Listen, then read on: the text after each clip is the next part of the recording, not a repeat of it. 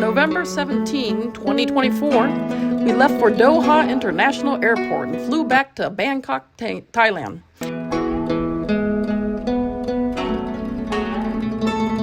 As soon as we arrived to Bangkok, we took another flight to Chiang Mai, Thailand.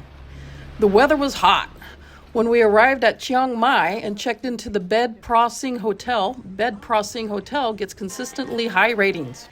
A buffet breakfast is provided that includes Western and Thai food, all prepared in-house, including the pastries. Bottled water is available for the taking from the refrigerator built into the wall of the corridor to the guest rooms. In the evening, we were pleasantly surprised by frozen fruit bars that were offered. The coconut bars with pieces of young coconut were amazing. After getting our suitcases moved into the room, we went outside for a walk. Vendors were setting up for the Sunday night market. They were selling all kinds of food, such as sausages and veggies on a stick, tons of handmade desserts, durian fruit, sushi, and curry noodles. We bought little pancake snacks, mango candies, cow soy, and papaya salad. We tried out the sausages from one vendor, but it seemed full of cheap filler instead of meat.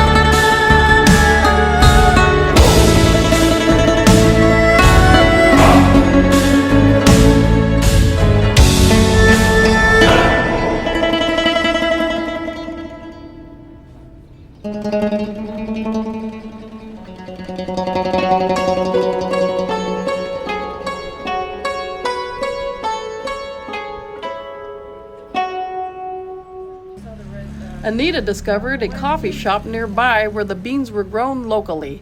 The shop was called Akha Ama, maybe named after the Akha Hill people who grew the beans.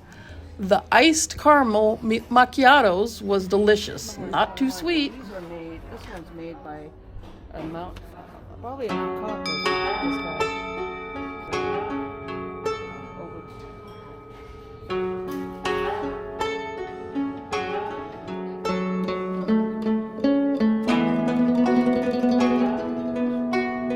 On Monday, we asked the hotel people where there was a market we could go to. They suggested the Chiang Mai market.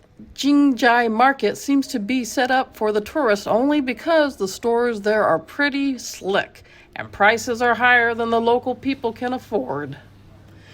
We did buy a package of mango candies and some canvas zipper bags guaranteed to be made in Thailand.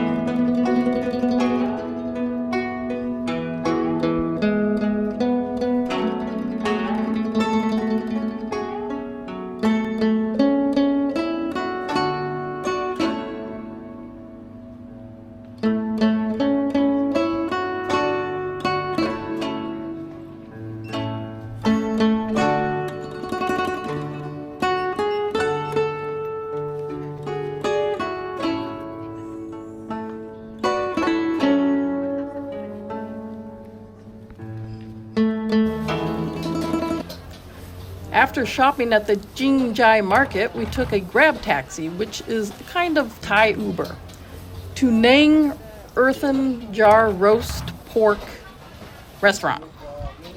The restaurant itself is featured by many YouTube food bloggers, and for good reason. It's interesting to see how they cook the pork belly meat in the clay barrels, moving it from one barrel to the next. They also cook chicken in the same way, hanging it from the edge of the barrel and letting them cook with heat at the bottom of the barrel. The resulting meat, especially the pork, is delicious and crispy.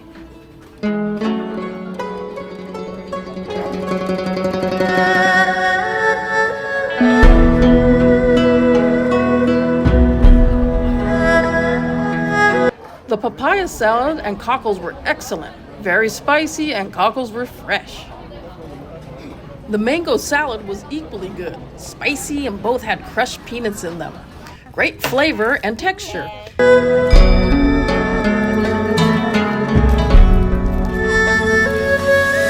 There was another market that was open during the weeknights, so we took a grab taxi to see what that was all about.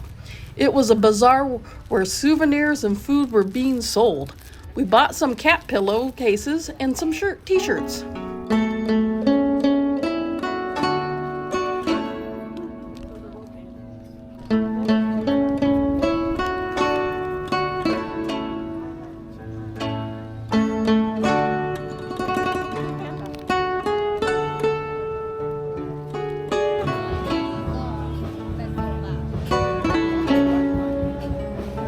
We had discovered some street food about a minute's walk from the hotel. A guy was out in front of managing roasting chicken rotating on skewers. A whole chicken was 190 baht. Half a chicken was 105 baht. We planned on trying out the restaurant the next day. Unfortunately, when we returned, there was a sign in front of the store that read closed one day. So we went back to the Nang Earthing Jar restaurant. There was another disappointed group of tourists wanting to try out the chicken place. We suggested that they try out the same pork belly restaurant, which they did. At the restaurant, they stopped by our table to let us know that they enjoyed the pork and thank us for the recommendation. We planned on checking out the umbrella village and the wood carving manufacturer. We were going to take another grab taxi. Before we did, we stopped for coffee at Akha Ama. However, we were stopped by a driver of Songtail vehicle, double row car. Lee negotiated a deal not only to the umbrella village and the wood carving manufacturer, but also to the Thai silk factory. At the silk factory, they literally cover all stages of silk fabric production, from feeding the silkworm, to drawing out the silk strands from the cocoons, to dyeing the silk threads, to weaving the threads into silk fabric.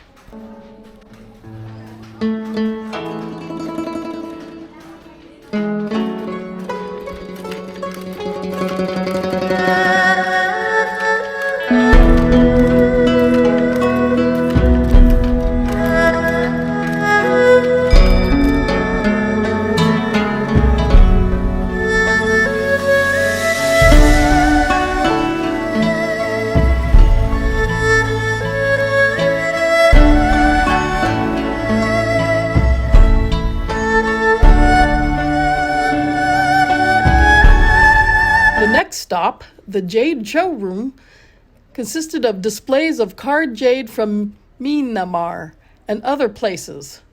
We could have skipped that stop as there was no carving activity going on that we could see. At the wood carving manufacturer, we saw a wide variety of items carved in wood, from intricately carved wood panels to collapsed wine armoires.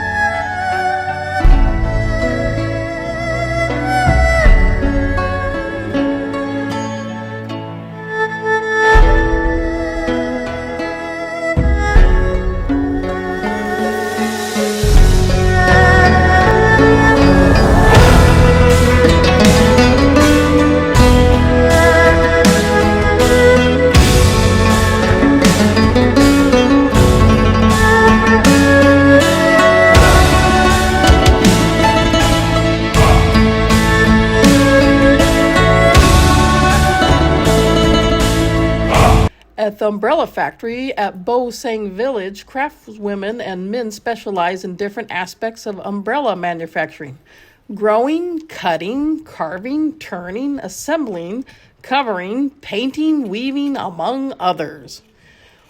We bought the umbrella painters also will paint images of your choice from their inventory of images onto your cell phone case, canvas sacks, or even an umbrella. We each bought a plain t-shirt and selected an artist who had an image we wanted on our t-shirts.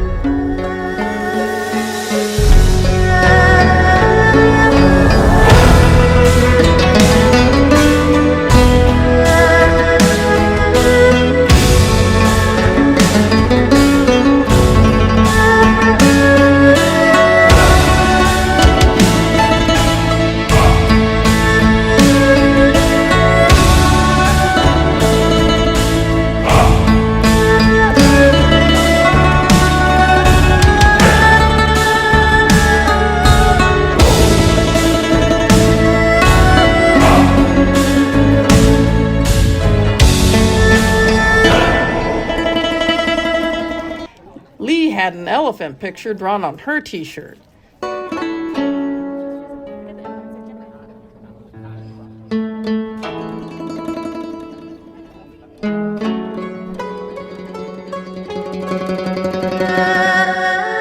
Kim selected 2 images to be painted on her shirt: a koi and a tiger.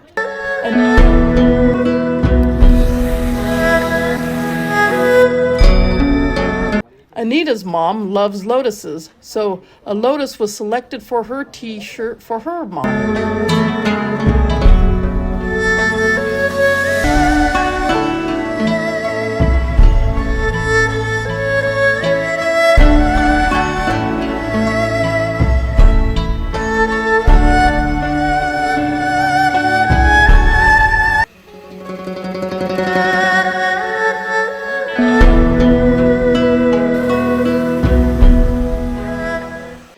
The final stop of our tour was Wat Doi Su Tape.